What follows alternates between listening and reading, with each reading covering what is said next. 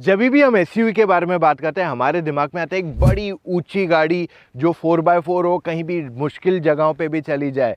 तो दो ऐसी एसयूवीज के बारे में अगर मैं बात कर लूँ इंडिया में, एक तो आ जाती है महिंद्रा की तरफ से स्कॉर्पियो एन और दूसरी है टोयोटा की तरफ से फॉर्च्यूनर।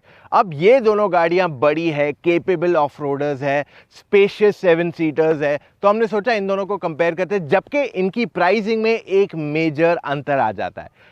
अब अगर आप दोनों गाड़ियों की साइजेस देखते हैं तो ये काफ़ी हद तक सिमिलर है। तो ये टेस्ट उन लोगों के लिए जिनका बजट फ्लेक्सिबल है और वो चाहते हैं एक 7 सीटर या 5 सीटर गाड़ी जो ऑफ रोड भी जाए और साथ में एक प्रीमियम फील भी हमें दे।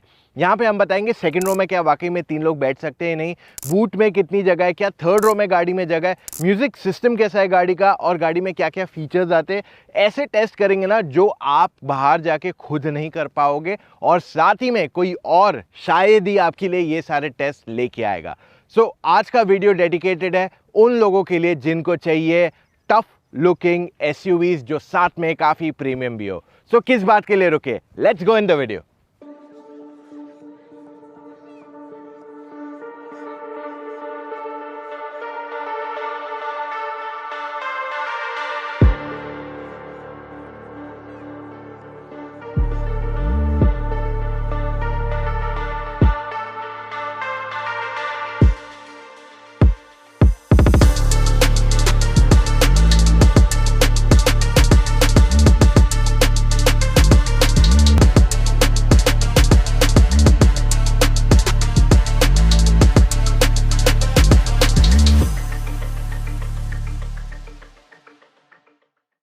अब अगर आप एक्सटीरियर स्टाइलिंग के बारे में बात करते हो तो वो तो आपका पर्सनल चॉइस है, इसलिए हम एक्सटीरियर डिज़ाइन पे नहीं बात करते, रादर ये चीज़ें बताएंगे जो जनरली लोग आपको नहीं बताते। अगर आप दोनों गाड़ियों के हेडलैम्प्स देखते हैं, पहले हम फॉर्च्यूनर की बात करते हैं, इसमें एलईडी हेडलैम्प्स आते हैं, इसका ओवरऑल थ्रो एंड स्प्रेड काफ़ी अच्छा है। तो अगर आप रात को 100 के ऊपर चलाते हैं तो आपको विजिबिलिटी में प्रॉब्लम नहीं आने वाला है। सिमिलरली स्कॉर्पियो एन में भी आपको एलईडी हेडलैम्प्स आते हैं, ओवरऑल इसका भी थ्रो और स्प्रेड काफ़ी बढ़िया है जिससे आपकी ड्राइव क्वालिटी बिल्कुल नहीं अफेक्ट होगी और आपको अगर तेज़ भी जाना है तो आपको वो एक्स्ट्रा कॉन्फिडेंस हर बार देता है। दोनों गाड़ियों के वाइपर्स में बिल्कुल कॉस्ट कट नहीं हुआ है, दोनों में एक्सपेंसिव वाले वाइपर्स दिए हुए हैं जिसको एरो ट्विन कह सकते हैं और ये बहुत बढ़िया क्वालिटी के वाइपर्स हैं। ओवरऑल इनकी क्लीनिंग कैपेसिटी बेटर है और जस्ट फॉर योर रेफरेंस जो रेगुलर वाइपर्स आते हैं वो इसके 1/3 यानी कि अगर रेगुलर वाइपर 500 का आता है तो ये कम से कम 1500 रुपये के पड़ते हैं, बट इसका जो इफेक्ट है of cleaning the glass is lot better. तो यहाँ पे कहीं पे भी कॉस्ट कट नहीं किया गया है। दोनों गाड़ियों में 18 इंच के व्हील्स आते हैं, छोटा मोटा डिफ्रेंसिएशन है, मतलब अगर आप फॉर्च्यूनर में देखते हो तो इसमें आपको जो टायर साइज है वो थोड़ी चौड़ाई ज़्यादा है compare to the Scorpio N, वरना दोनों में आपको 18 इंच के व्हील आते हैं। दोनों गाड़ियों में चढ़ने उतरने के लिए आपके पास एक साइड स्टेप भी अवेलेबल कराया गया है जिससे आपका चढ़ना उतरना काफ़ी आसान हो जाएगा। अब अगर मैं ग्राउंड क्लियरेंस की बात कर लूँ तो यहाँ पे फॉर्च्यूनर क्लियरली बाजी मार देती है, क्योंकि अगर आप स्कॉर्पियो और फॉर्च्यूनर का ग्राउंड क्लियरेंस देखते हैं तो इसमें काफ़ी अंतर है और फॉर्च्यूनर में आपको काफ़ी बेहतरीन ग्राउंड क्लियरेंस दिया हुआ है जो ऑफ रोड में आपको ज़्यादा हेल्प करेगी। फॉर्च्यूनर की अगर आप चाबी देखते हो तो इसमें आपको lock unlock and boot opening का ऑप्शन दिया गया है, वहीं पे आपको स्कॉर्पियो में भी lock unlock and boot opening option दिया गया है, लेकिन ये एक फ्लिप की दी हुई है। फॉर्च्यूनर में आपको इलेक्ट्रिक टेल गेट आ जाता है, थोड़ा स्लो है, थोड़ा नॉइजी है, but definitely tailgate electric है यहाँ पे। वहीं पे आपको स्कॉर्पियो एन में उनका स्कॉर्पियो स्टाइल का टेल गेट दिया हुआ है जो साइड की तरफ स्विंग करता है, जो मेरे हिसाब से उसके फेवर में यहाँ नहीं जाता है।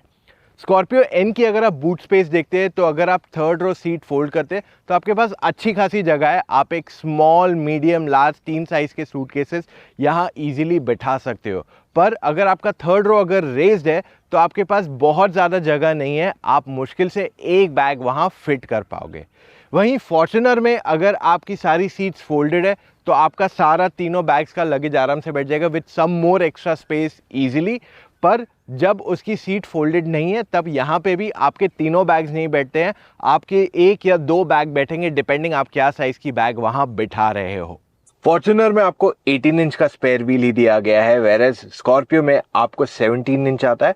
4 व्हील ड्राइव में आपको 18 इंच व्हील आ जाता है। टोयोटा फॉर्च्यूनर के अगर आप इंटीरियर देखते हैं, इवन लेजेंडर के अगर आप इंटीरियर देखते हैं तो थोड़े ओल्ड स्कूल लगते हैं, क्योंकि इसका एक्चुअल डिज़ाइन जो है 2017 में इंडिया में आया था, 2016 में एक्चुअली थाईलैंड में लॉन्च हुई थी। तो तब से यही डिज़ाइन आगे कैरी फॉरवर्ड किया जा रहा है एंड आगे चल के जब न्यू जनरेशन आएगी तब हम चेंजेस यहाँ एक्सपेक्ट कर सकते हैं। बट टोयोटा जनरली बहुत ही अंडररेटेड रहता है विद इट्स इंटीरियर, सिंपल रहता है, सटल डिज़ाइन। सो ये टोयोटा की हमेशा से पॉइंट रही है। तो अगर आप टोयोटा लेने की देख रहे हो तो आपको ये चीज़ उनके कैरेक्टरिस्टिक से हमेशा वाकिफ रहना पड़ेगा। अब अगर मैं इसके मटेरियल्स की बात कर लूँ तो इसमें भी आपको mix of hard and soft touch materials आ जाते हैं। जो ड्राइवर के सारे टच पॉइंट्स हैं वो तीनों के तीनों सॉफ्ट टच एलिमेंट्स ही मिल जाते हैं। अब अगर मैं इसकी सीट्स के बारे में बात कर लूँ, फ्रंट सीट्स कंफर्टेबल हैं, अच्छी खासी वाइड है, थोड़ा सपोर्ट और साइड का बेटर हो सकता था I feel, but it's decent enough. ऐसे कोई कंप्लेन मेरी नहीं है कि ये सीट कंफर्टेबल है और एनीथिंग। हाउएवर फॉर्च्यूनर में आपको एक चीज़ जो मिलती है वो ये है कि आप अगर काफ़ी चौड़े हो तो आप बहुत कंफर्टेबली बैठ के यहाँ जा सकते हो। एंड ऐसे नहीं कि 2-3 घंटा, पूरा दिन भी गाड़ी में बैठोगे, you will not really get tired. अब फॉर्च्यूनर भी आपको कुछ कुछ यूनिक फीचर्स देती है, जैसे इसमें वेंटिलेटेड सीट्स आ जाता है, इलेक्ट्रिक टेल गेट दिया है इस गाड़ी के अंदर, इसमें को ड्राइवर सीट इलेक्ट्रिक है, इसमें आपके पास पैडल शिफ्टर्स भी मिल जाते हैं जो स्कॉर्पियन नहीं देती है, और साथ में आपका जो मिरर है इंटीरियर वाला वो डे एंड नाइट वाला ऑटो मोड दिया हुआ है, वेयर स्कॉर्पियो में आपको एडजस्ट करना पड़ता है। स्कॉर्पियो इनके अगर आप इंटीरियर्स देखते हैं तो ये काफ़ी सिंपलिस्टिक है, ब्लैक एंड ब्राउन कलर का कॉम्बिनेशन मिल जाता है और आपका रूफ जो है बेज कलर की आती है, जिस वजह से आपको कैबिन थोड़ा एरी फील डेफिनेटली होगा।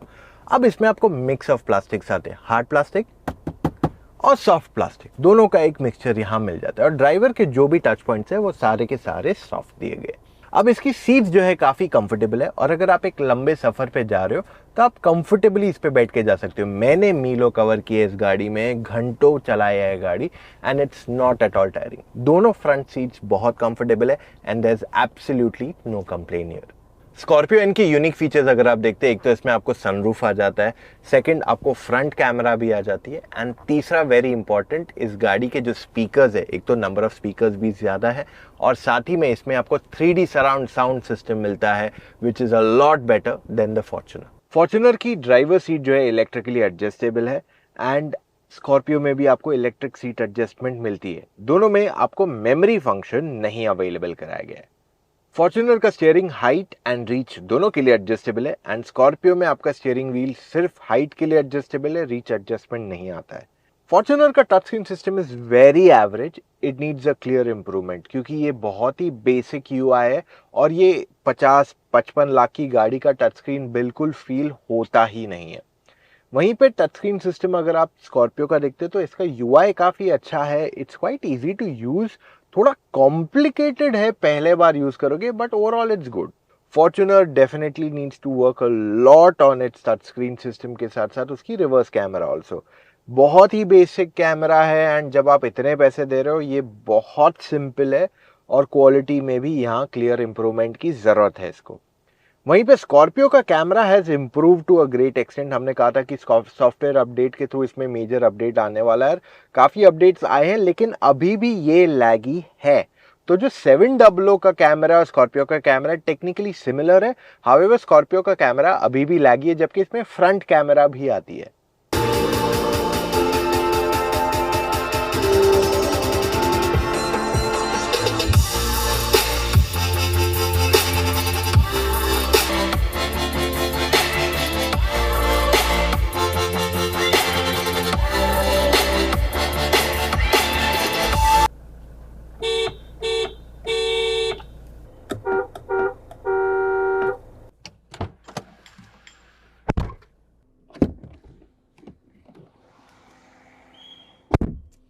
फॉर्च्यूनर के फ्रंट डोर पैड में 1 लीटर की बोतल बैठ जाती है। आपके पास आगे एक कप होल्डर दिया गया नियर एसी वेंट्स। आपका ग्लव बॉक्स भी गाड़ी का अच्छा खासा बड़ा है, तो यहाँ पे भी आप काफ़ी सामान इजीली बिठा सकते हैं। आपके पास और एक कप होल्डर है near AC vents to cool it. आपके पास एक्स्ट्रा स्टोरेज स्पेस भी है ग्लव बॉक्स में ऊपर की तरफ। You have 2 extra cup holders आगे फ्रंट में also, and you even have arm rest के नीचे स्टोरेज फ्रंट में, जो इसे काफ़ी यूजेबल बना देती है। सेकेंड रो में आप डोर में 1 लीटर की बोतल डाल सकते हैं। आपके पास कप होल्डर्स है रियर पैसेंजर्स के लिए। फॉर्च्यूनर के थर्ड रो में भी आप बोतल रख सकते हो, वहां पे अच्छी खासी जगह दी गई है आपको। स्कॉर्पियो एन के डोर पैड में 1 लीटर की बोतल आगे बैठ जाती है। आपके पास आगे 2 कप होल्डर्स भी अवेलेबल कराए गए हैं जहाँ पे आपके पास अच्छी खासी स्टोरेज है। Plus you also have a decent enough glove box. इतना बड़ा ग्लव बॉक्स इस गाड़ी का नहीं है। आर्म रेस्ट भी है बट बहुत ही छोटा से फोन बैठता है। सेकेंड रो में आपके पास 1 लीटर बॉटल रखने की जगह है। स्कॉर्पियो एन में आपके पास 2 कप होल्डर्स बिठाने की जगह है in the armrest as well. And third row में आपके पास बॉटल स्टोरेज भी है। फॉर्च्यूनर में आगे आपके पास वायरलेस चार्जिंग पैड आता है और साथ में आपको मिल जाता है एक USB and 12 volt socket. Whereas second row passengers के पास चार्जिंग के लिए फॉर्च्यूनर में मिलते हैं 2 यूएसबी सॉकेट्स। स्कॉर्पियो में आपको मिल जाता है आगे वायरलेस चार्जिंग पैड और स्कॉर्पियो एन में आपके पास है 2 यूएसबी चार्जिंग पोर्ट्स आगे और पीछे टाइप सी चार्जर्स है। स्कॉर्पियो में अगर आप मोबाइल फोन स्टोरेज की बात करते हो तो आपके पास आगे वायरलेस चार्जिंग पैड आ जाता है। आपके पास सेकेंड रो में भी फोन रखने की काफी जगहें हैं to keep your smartphone. Fortuner में जब 3 लोगों को पीछे बिठा के देखा तो हमने नोटिस किया कि यहाँ पे उनके पास विड्थ अच्छी खासी है तो 3 लोग कंफर्टेबली बैठ सकते हैं। नी रूम अच्छी खासी है। Overall minimum and maximum and headroom भी काफी बढ़िया है गाड़ी का। आपके पास थाई सपोर्ट भी मोर देन सफिशिएंट अवेलेबल है। स्कॉर्पियो एन में भी जब 3 लोगों को बिठा के देखा यहाँ पे हमने नोटिस किया कि ओवरऑल जो शोल्डर रूम है गाड़ी का यहाँ पे भी कंफर्टेबल है। सो 3 लोग यहाँ पे भी बैठ सकते हैं। Maximum and minimum knee room भी काफी बढ़िया है गाड़ी की। So you have no struggle. आपके पास अच्छा खासा हेडरूम भी है क्योंकि आपका रूफ ऊपर जाता है। आपके पास थाई सपोर्ट भी गाड़ी में काफी बढ़िया है। फॉर्च्यूनर में थर्ड रो में जब हमने 2 लोगों को बिठा के देखा हमने पहली चीज ये नोटिस की कि यहाँ पे आपके पास काफी सफिशिएंट जगह है तो इस वजह से 2 लोग आराम से बैठ पाए हैं। उन्हें कोई प्रॉब्लम नहीं हुई है and overall it's a very comfortable space to be. Knee room बहुत ज्यादा नहीं है, जस्ट ओके। एंड हेडरूम भी ऐसे नहीं कि काफी है, just okay. Of course Thai support आपके पास बहुत ही मिनिमल है। वहीं पे स्कॉर्पियो में अगर आप थर्ड रो में जाने की बात करते हो तो यहाँ पे हमने भी सेम 2 लोगों को बिठा के देखा तो हमने 2 चीजें नोटिस की। पहली, अगर आप टॉल हो तो आपके पास नी रूम बिल्कुल नहीं है स्कॉर्पियो में। हेडरूम फॉर्च्यूनर से थोड़ी ज्यादा है लेकिन आपका थाई सपोर्ट कम होने की वजह से आपको कंफर्ट यहाँ कम मिलेगा। फॉर्च्यूनर को स्टार्ट करते हैं अभी तो आपको एकदम इंजन नॉइस फील हुआ गाड़ी में। एक वाइब्रेशन आई हमको जब गाड़ी स्टार्ट की तो ये थोड़ा रॉ बोलते हैं ना, थोड़ा ट्रक लाइक फील यहाँ आता है। अब फॉर्च्यूनर में आपको दोनों इंजन आते हैं, पेट्रोल डीजल दोनों, लेकिन इसका पेट्रोल जो है नेचुरली एस्पिरेटेड इंजन है और बहुत ज़्यादा पावरफुल नहीं है। अगर आप आउटराइड एक्सेलरेशन की बात करते हैं तो आपको पिकअप देगा वो, लेकिन वो बोलते हैं ना वो पंच जो चाहिए आपको, पुश इन द सीट, वो यहाँ नहीं मिलता है इस गाड़ी में। बट जो डीजल है उसको एक्सीलेटर दबाओगे थोड़ा लेट रिस्पॉन्ड करता है पर आपको वो डेफिनेटली किक देता है ऑन द सीट एस्पेक्ट। सो ये चीज़ फॉर्च्यूनर की है। अब साथ ही में फॉर्च्यूनर की खासियत ये कि आपको काफ़ी ज़्यादा पावर देती है अगर आप इसे स्कॉर्पियो से कंपेयर करें। 500 Nm का टॉर्क है इसका, जो इसका बहुत बड़ा प्लस पॉइंट यहाँ बन जाता है। और जब आप सिग्नल पे रुकते हो तो इसमें भी आपको वो स्टार्ट स्टॉप सिस्टम दे दिया गया है। तो गाड़ी बंद हो जाती है जैसे सिग्नल पे रुकते हो और 1 सेकेंड गाड़ी स्टार्ट होती है। बट ये अगेन स्टार्ट स्टॉप में इस गाड़ी में काफ़ी नॉइज है। That's something I am not in favour of absolutely. पर दोनों गाड़ियों को जो चलाने का मजा है इज डेफिनेटली अनकंपेरेबल। दोनों में आपको बॉनेट के एजेस दिख जाते हैं, साथ ही में विंडशील्ड है वो बहुत पास में आपके, तो आपको एक बहुत ही कमांडिंग पोजीशन मिलता है इन दोनों गाड़ियों में बैठ के चलाने को। राइड क्वालिटी में फॉर्च्यूनर थोड़ी ज़्यादा स्टिफ है। गड्ढों से जाओगे तो ज़्यादा गड्ढे महसूस होते हैं आपको गाड़ी के अंदर। एंड इवन हैंडलिंग में थोड़ा ज़्यादा बॉडी रोल कंपैरेटिवली फील होता है अगर मैं इसे स्कॉर्पियो एन से आउटराइट कंपेयर करूं, वरना इसमें बॉडी रोल ऐसे ज़्यादा नहीं है। हाँ, अगर आप इसको स्कॉर्पियो से डायरेक्टली कंपेयर करोगे तब आप महसूस करोगे कि हाँ यार इसमें थोड़ा बॉडी रोल फील हो रहा है यहाँ पे। और साथ ही में इसका स्टीयरिंग व्हील बहुत हैवी है compare to most of the other cars और यहाँ पे ये क्लियरली उसमें पॉइंट्स लूज कर जाती है। तो अगर आप पहले बार फॉर्च्यूनर चला रहे हो या पहले बार स्कॉर्पियो एन, दोनों एक एक बैक टू बैक चलाओगे, आपको स्कॉर्पियो एन ज़्यादा comfortable and easy to drive feel करेगी, वेरस फॉर्च्यूनर थोड़ी हैवी फील करेगी फॉर द फर्स्ट टाइम अगर आप एक हैचबैक या छोटी साइज़ की एसयूवी से इस पर अपग्रेड करने की देख रहे हो। सो ये क्लियर डिफ्रेंसिएशन है कि राइड कंफर्ट के मामले में स्कॉर्पियो इससे ज़्यादा बेटर है एंड वो इसका बहुत बड़ा मिस आउट पॉइंट है क्योंकि ये गाड़ी लैडर फ्रेम पे भी बनाई गई है which even the Scorpio is, but इसका प्लेटफॉर्म शेयर होता है विथ हाइलक्स। तो कहीं ना कहीं आई थिंक वो फाइन ट्यूनिंग की और ज़रूरत है इस चैसी को अगर फॉर्च्यूनर पे इसे कंटिन्यू होना है in the coming timeline. Fuel efficiency भी अगर आप फॉर्च्यूनर की देखते तो ऐसे नहीं कि बहुत ज़्यादा है या बहुत कम है, आपको ऑलमोस्ट 10 से 12 का एवरेज मिलेगा। इन सिटी एंड हाईवे पे 13-14 जाएगा, उससे ज़्यादा जाने के चांसेस नहीं है। स्कॉर्पियो एन चलाने की बारी, कर देते गाड़ी स्टार्ट। एकदम साइलेंटली स्टार्ट हुई है गाड़ी, जैसे एब्सोल्युटली नो नॉइज, मतलब ना ही कोई वाइब्रेशन है ना हार्शनेस है, एकदम स्मूथली गाड़ी स्टार्ट हुई है। इवन इंजन नॉइज जो है पता ही नहीं चला है, जब गाड़ी स्टार्ट की तभी तो बिल्कुल भी पता नहीं चला। देखिए स्कॉर्पियो एन में आपको 2 इंजन ऑप्शन आते हैं, पेट्रोल भी आता है डीजल भी आता है, दोनों इक्वली पावरफुल है, क्योंकि जो पेट्रोल है वो भी एक टर्बो पेट्रोल यहाँ मिल जाता है और उसमें आपको लगभग 198 bhp का पावर मिलता है। सो दोनों केसेस में आपको पिकअप की कमी नहीं आएगी स्कॉर्पियो एन में, चाहे आप पेट्रोल की बात कर लो या डीजल। ओवरऑल एक्सेलरेशन गाड़ी का बहुत बढ़िया, एक्सीलेटर दबाओगे एंड यू गेट आपको जो वो किक चाहिए वो मिलता है इसमें। अब ओवरऑल अगर आप स्कॉर्पियो एन का इंजन ट्यूनिंग देखते हो तो ये ऐसे ट्यून किया गया ताकि आपको वो ज़्यादा ग्रंट, ज़्यादा वो पंच दे हर बार। सो इसी वजह से जब भी आपको ड्राइव करना है, पुश करना है गाड़ी को, आपको कभी ऐसे फील नहीं होगा कि यार अरे पावर नहीं है या फिर थोड़ा और मज़ा आ सकता था। तो आपको ये गाड़ी चलाने में जो वो जॉय चाहिए वो आपको हर बार मिलेगा स्कॉर्पियो एन में। सो ये इसका एक बहुत बड़ा प्लस पॉइंट है। साथ में इसका स्टीयरिंग व्हील बहुत ही लाइट है, आप इसे कंफर्टेबली पूरा दिन चलाओगे तो भी आपको थकावट नहीं होगी। एंड इवन आप हायर स्पीड पे जब गाड़ी चलाते हो तब आपको वो महसूस नहीं हो रहा है कि यार बहुत तेज़ जा रहा हूँ गाड़ी में या इनस्टेबिलिटी है, कुछ भी नहीं, एकदम स्मूथ ड्राइव है गाड़ी की। And this is where it clearly holds on. Overall जो इस गाड़ी का परफॉर्मेंस है इज़ वेरी गुड, चाहे पेट्रोल की बात कर लो, डीजल की बात कर लो, इवन राइड क्वालिटी, आप खराब रोड से इस गाड़ी को चलाओ आपको गड्ढे ना के बराबर फील होंगे। इवन जो इसकी हैंडलिंग है, अब पहली चीज़ जो हमारे दिमाग में आती है कि गाड़ी इतनी ऊंची है मतलब हिलने वाली है पक्का, बट एक्चुअल में वैसा नहीं है। इस गाड़ी की जो ओवरऑल स्टेबिलिटी है बहुत बढ़िया है। एंड जब मैंने गाड़ी को पहले बार चलाया था, मैंने drove it first time Aamby valley में, आप जाके वो एक बार वीडियो भी देख लो स्कॉर्पियो एन का कि मैंने कैसे उसको पुश किया है अराउंड बेंड्स, टर्न्स, बरसात हो रही है, फॉग है and still I am pushing the car, but there was absolutely no problem with it. हाँ, इसमें आपको स्टार्ट स्टॉप सिस्टम भी आ जाता है। अब देखिए गाड़ी स्टार्ट भी हो गई और आपको पता भी नहीं चला, बहुत ही स्मूथ है और इंजन की नॉइज ना के बराबर है। तो गाड़ी का ओवरऑल इंसुलेशन पे भी काम किया गया है end of course engine dampening में भी बहुत कुछ काम किया गया।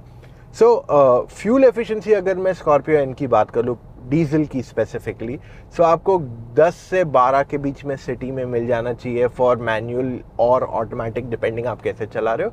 हाईवे पे आपको 15 से 17 के बीच में एवरेज मोस्ट केसेस में आ जाएगा, बट अगर आप गाड़ी ज़्यादा पुश करते हो या आप बहुत भयानक ट्रैफिक में चलाते हो तो डीजल की माइलेज आपको कम आने वाली है।